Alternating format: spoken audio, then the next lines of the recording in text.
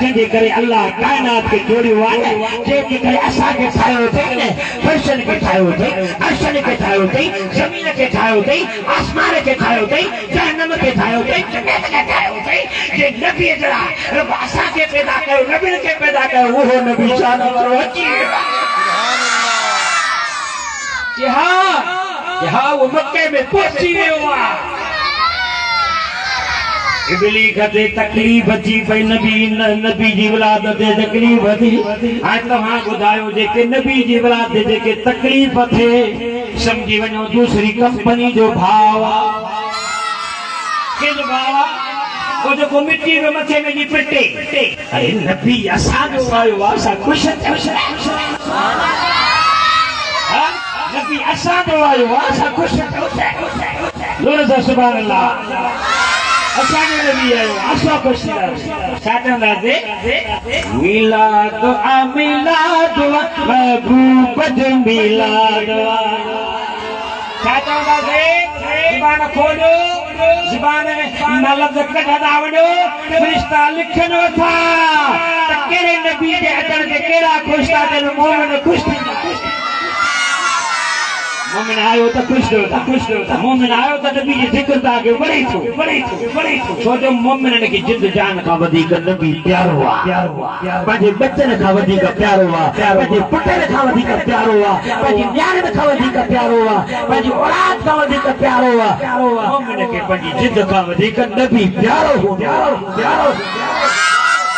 वो नबी जी आमद से छा चवंदो अदो कमाल चवंदो, मिलाद आ मिलाद महबूब जो मिलाद, मिलाद आ मिलाद महबूब जो मिलाद।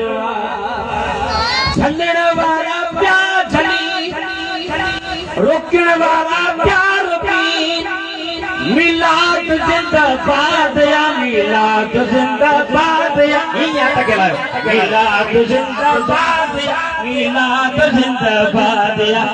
लेकिन गाल वणे जो जो कोन थी वणे वधन हथ मथे न करे। मिलाद जिंदाबाद या मिलाद जिंदाबाद, मिलाद जिंदाबाद या मिलाद जिंदाबाद। आमना बीबी जो घर हो, नूर सबर सोर जो। मुझा सोना नबी जने आया न, अम्मा आमना फरमायो थी मुझे शिक में अनवर मां जिनी मेरा बाहर आया मुझा हबीब जब चमकी पयो रोशन थी, जग चमकियो रोशन थियो।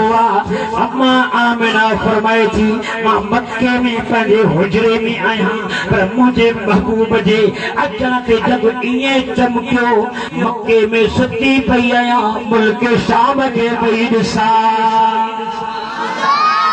जोर सां सुभान अल्लाह।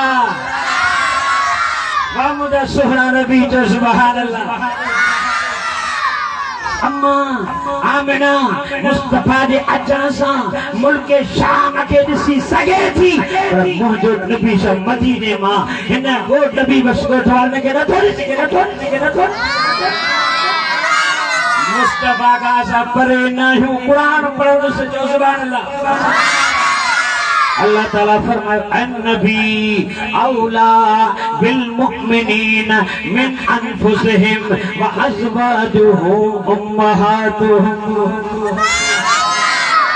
रब तो फरमाए नबी तव्हांजी जानन खां बि तव्हांखे वेझो आहे, ऐं नबीअ जूं घर वारियूं मोमिननि जूं माइरूं आहिनि। जोर सां सुभान अल्लाह चओ। अम्मा आमिना जी जल जो घर हो, नूर सां भरपूर थियो। आमिना जी जल जो घर हो, नूर सां भरपूर थियो।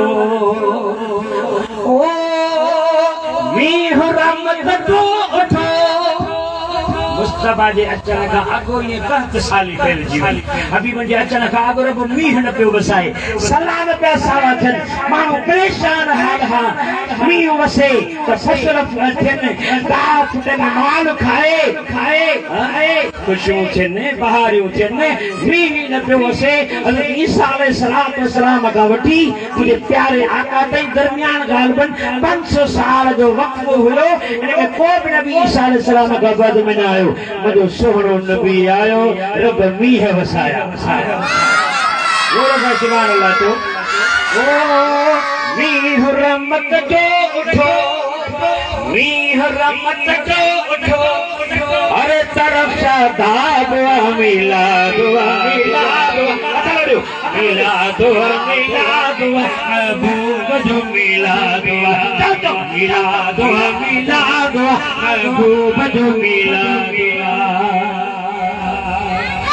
हर तरफ हर चौक में खुशियों कयो मिलाद जो हर तरफ हर चौक में खुशियों कयो मिलाद जो आगे मिलाद उर्स मल्हाईंदा वॾा उर्स नालो रखंदा उर्स मकायो तो उर्स मुबारक यानी हींअर असां अरबी ॿोली में लिखी था मिलाद महबूब जे मिलाद जो जी ख़ुशी सुभान अल्लाह मुझे